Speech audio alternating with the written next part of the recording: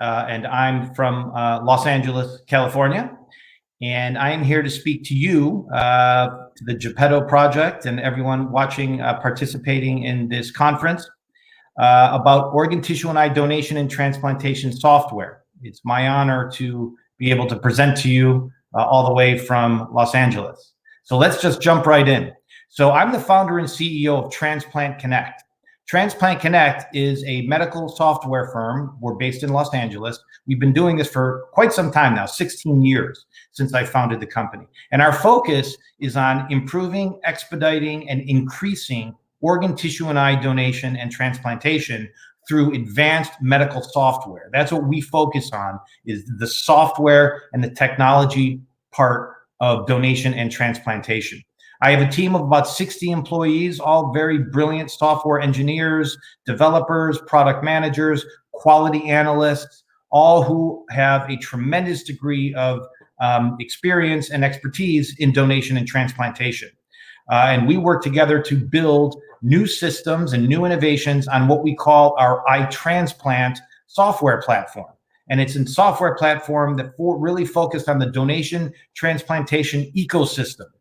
Everything that occurs from the identification and referral of a donor to the recovery of that donor, all the way through transplantation. The iTransplant system and platform allows hospitals and donation agencies, organ procurement agencies, tissue banks, eye banks, transplant centers, and many other organizations to work through a streamlined process with advanced software. Over 15,000 medical professionals in the transplant community worldwide use the iTransplant system, over 150 organizations. Here in the US, 75% of all deceased donor cases are managed on our software. So that's a lot of cases, as you might imagine. In addition, all of Australia uses the iTransplant platform, and almost all of Canada uses it as well, where we have individual systems across Canada. We are currently in development with a number of countries around the world, and we'll be launching new systems in 2021 and 2022. Very exciting. Here we are in the United States and Canada as well, North America, and then worldwide you can see Australia, Canada, and the United States, as well as some new development that we're working on. Overall, there's a tremendous amount of data that resides in the iTransplant platform. Over 7 million donor referrals, 23,000 users historically, 15,000 of them currently. Over 750,000 donor recoveries. That's a lot of data. Over 300 million individual data entries in the iTransplant platform. So iTransplant houses so much data, and that provides a tremendous degree of knowledge that we're able to leverage to help our partners make better decisions and understand relationships that may exist that otherwise are being missed. We operate our iTransplant global community of partners, where we hold multiple meetings throughout the year, of course, webinars and meetings remotely in today's COVID world, especially. We also like to have at least one large annual conference, which this year we held online, of course. But we have a great community, a high degree of collaboration and interaction, all focused on driving new innovations that will advance donation and transplantation so that more lives can be saved and healed through these miracles of donation and transplantation. This is a photo from our last in-person conference, which was here in Southern California in 2019. As you can see, a lot of people and a lot of energy and a lot of fun. But let's shift gears and talk about how donation and transplantation occurs, and essentially the context or the backdrop for every single donation and transplant event. First of all, it's really important to note that this is a scarce resource. Organ donors especially, but also tissue and eye donors are rare. There's a shortage. There's not enough donors to go around for the people who are in need of transplants. This is especially true with respect to organ transplants. Many people are dying every day waiting for an organ. The processes are highly complex, medically, scientifically, and logistically. Tremendous degree of complexity in donation and transplantation. Success requires real-time collaboration of many different parties, not just the hospital, not just the transplant center. the organ recovery agency, third-party laboratories, transport companies. There's many, many organizations that must collaborate in real time for donation and transplant to be successful. And all of this, of course, must occur within an extremely limited time window. Often there's only hours in which much information has to be captured and analyzed and decisions have to be made. The recipient waiting for a transplant needs to be notified and prepared. And of course, all of the logistics of recovering the organ and making it available for the actual transplant surgery. This occurs in a very small window. So you can see there's a tremendous degree of challenge with every donation and transplant opportunity. Now, the outcomes, though, this is a high magnitude outcome event. If successful, we are saving people's lives. We are restoring sight to a blind person. We are providing skin to a severe burn victim who has been perhaps severely disconfigured and who now has an opportunity for a more normal life. Or someone who has severe joint injuries, mobility problems, where with certain transplants of tissue, they're able to return to some degree of a normal life. So very big outcomes, very important events. Every one donor can do a lot. Every one person who passes away and donates tissue and eye and organ can have a tremendous impact. Over 100 lives can be healed and improved through tissue and eye donation, and up to 8 lives can be saved through organ donation and transplantation. So think about it. Every one donor opportunity is truly a life-saving and life-altering event for many, many people. This is mission critical. This is the definition of mission critical. And as a result, every donation opportunity must be pursued vigorously and actively. And we don't want challenges in the process to prevent us from being successful with donation and transplantation. So whether it's a transplant center hospital or an organ recovery agency or a tissue bank or an eye bank, or a hospital that has patients that they refer as potential donors, there are key questions that need to be asked at a very foundational level. Are the processes and the workflows and the communications that the hospital or the organ recovery agency or the transplant center follow, are those processes, workflows, and communications designed for success? Are they going to increase efficiency and therefore productivity and the likelihood of succeeding in increasing donation and transplantation? Or are the processes, workflows, and communications that are currently utilized, are they really outdated and inefficient? Are they causing delays and errors that really are making the job of the donation and transplant coordinator and the transplant surgeons much harder and preventing them from saving and healing lives? And this is really a foundational question, because rather than just assuming that the way it's been done is the way it has to continue to be done, organizations that want to effectuate change have to look closely at themselves and their processes and identify where there are opportunities. So let's do that right now.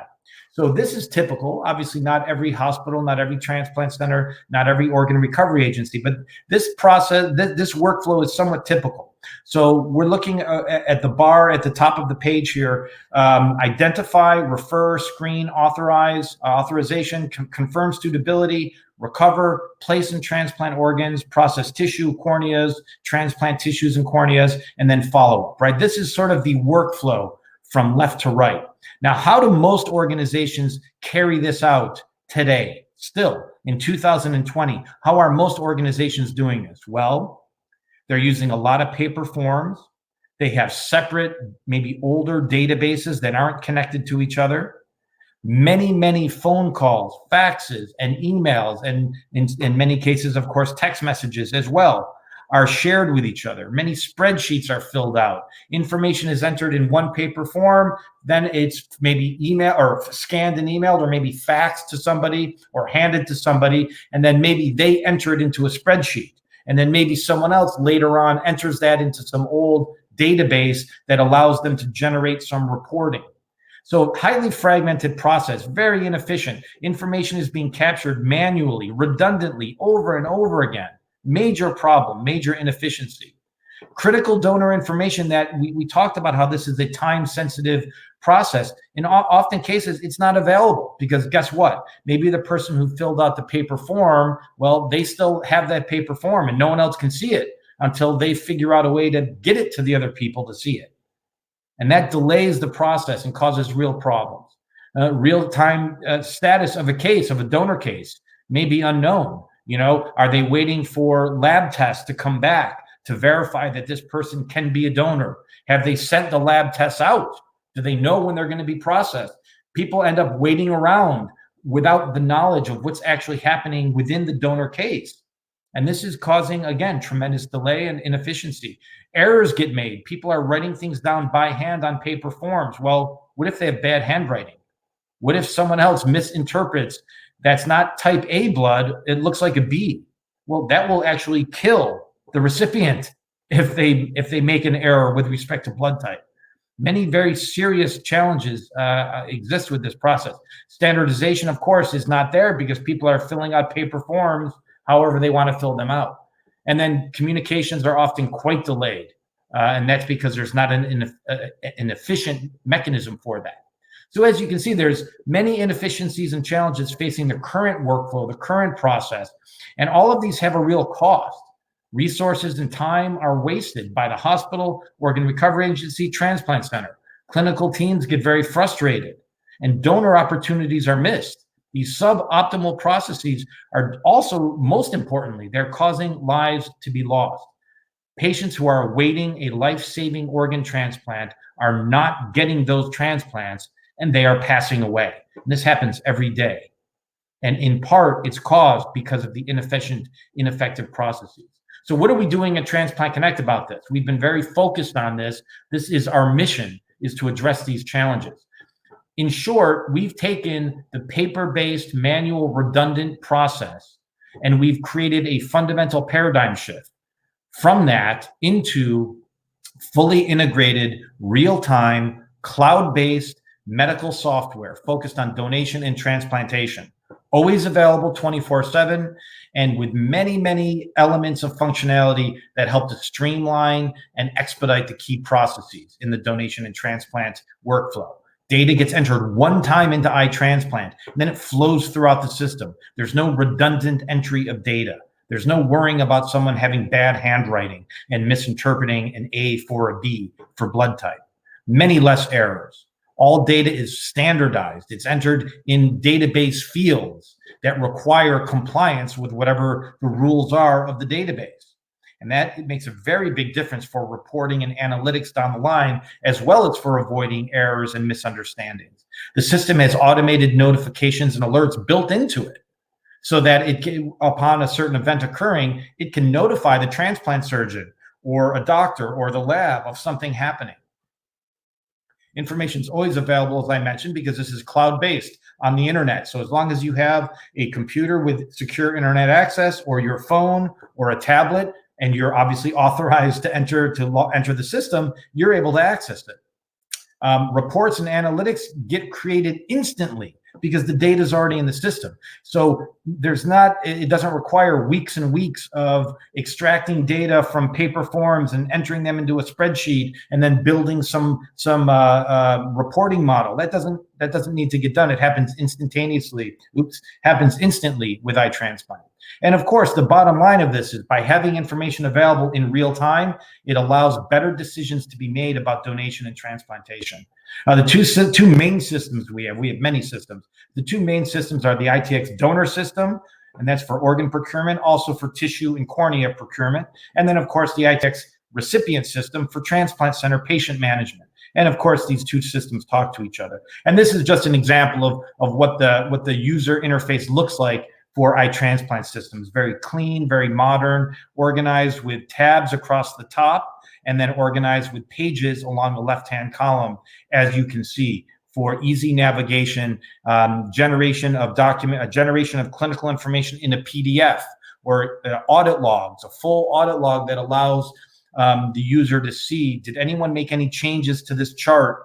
And if so, who was the person that made the change? When did they make it? And in a great level of granular detail. There's also the ability to control the access. Certain people maybe only have view-only access, where they don't have the right to change anything. They only get to see it. We leverage a lot of best practices developed here in the US, but also around the world with our iTransplant community to standardize and streamline the process. And of course, it also helps keep the cost down for everybody because it's not always a custom system. One thing that is custom is language. So the system's default is English, but we are also able to translate it into many different languages. Here's an example of what we've done in Quebec with Transplant Quebec to translate it into the French language. So many examples exist. We could be here for days, but I'll pick out a few quick examples of how iTransplant really helps to streamline and improve and expedite the process of donation and transplantation. One example is with automated plasma dilution by automating the calculations required, right? So pretty sophisticated math is required for every donor to see if they are if their plasma is diluted, right? And there are formulas that have to be applied. And again, they're complex. So by taking that out of the donor coordinator or the nurse's obligation, who maybe they're good at math and maybe they're not, with iTransplant, we automate that. So the system has the formula. As long as the data gets entered, the system will auto-calculate and it will determine whether or not the sample qualifies or does it fail. And this saves a lot of time. It reduces errors. Another example would be timing. As we know, this is a time-sensitive process. iTransplant will calculate and monitor critical time limits. So for example, how long is a donor body being cooled? There are certain limits required there, and timing that is absolutely critical, and the iTransplant system will do all of that. Another example is with the physical assessment. Every donor has to have a physical assessment. Do they have scars that might indicate intravenous drug use that could rule them out medically as a donor? Do they have other issues that could be problematic for them to be a donor? Indications of certain diseases that, again, may be a medical rule out. Historically, this is done on paper, again, with a pencil or a pen, identifying, marking up a physical body. But with iTransplant, it's done, of course, electronically with a very easy to use drag and drop functionality that is built right into the system. So again, it just makes for a much more streamlined and effective process. All the data that's in iTransplant, I mentioned this before, but the system is able to generate automated alerts and notifications by email, by text message. Otherwise, within the system, when a certain event has occurred that is a time-sensitive critical event that people need to be made aware of, the system will notify them of that. And it allows for, again, much more rapid response. Interoperability is a very big deal as well. So obviously our iTransplant systems are used by hospitals, they're used by organ recovery agencies, tissue banks, eye banks, and also by transplant centers.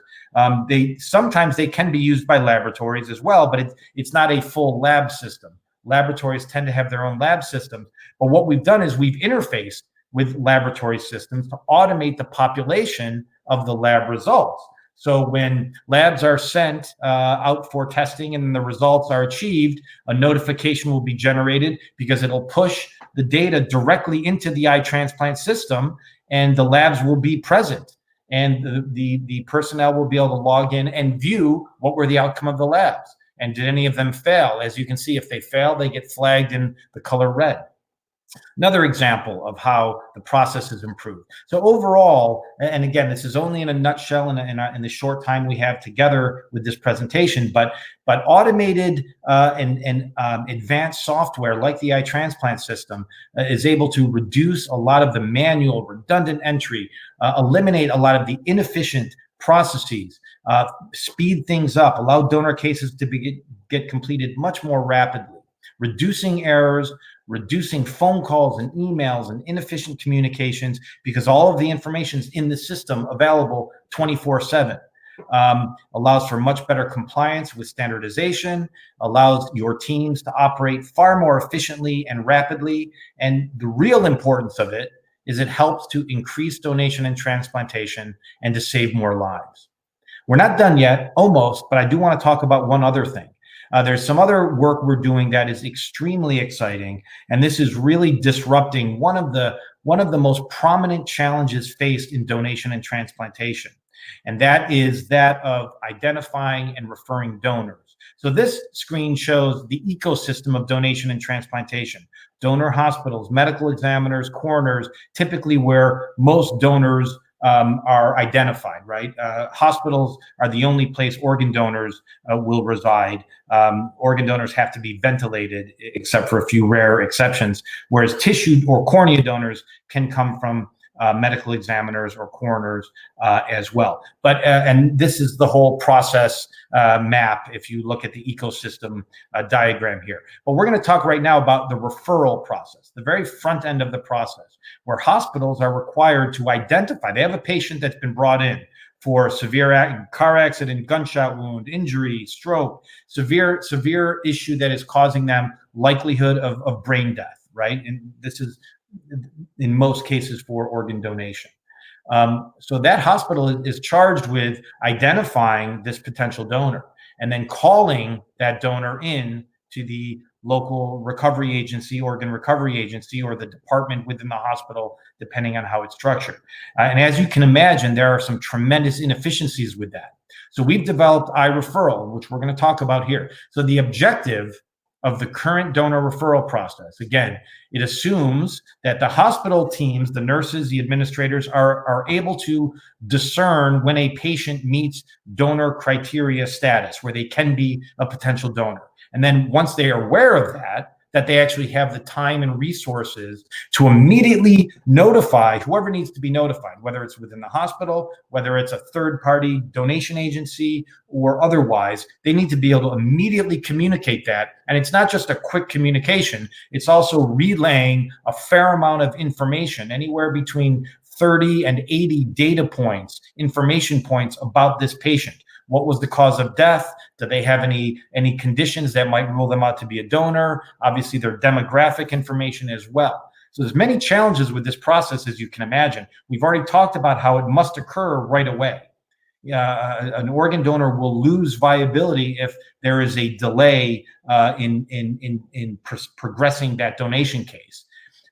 So it must happen right away. And the reality is hospitals, as we all know, especially now with what we've all encountered with the COVID pandemic and how severe that has been and the strain that has placed on our healthcare system and our intensive care units and our emergency rooms, hospitals operate under a tremendous degree of stress and time constraints. And so referring donors compared to treating patients in the ICU or in the ER, referring donors is really a secondary obligation. The primary obligation is, of course, to treat the patients whose lives you can save.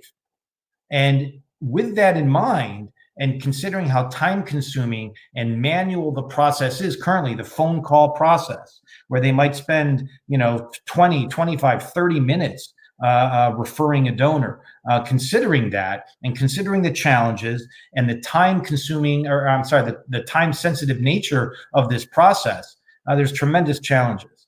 And many nurses that might be new or rotating in may not be sufficiently trained to identify that a patient has actually met donor criteria.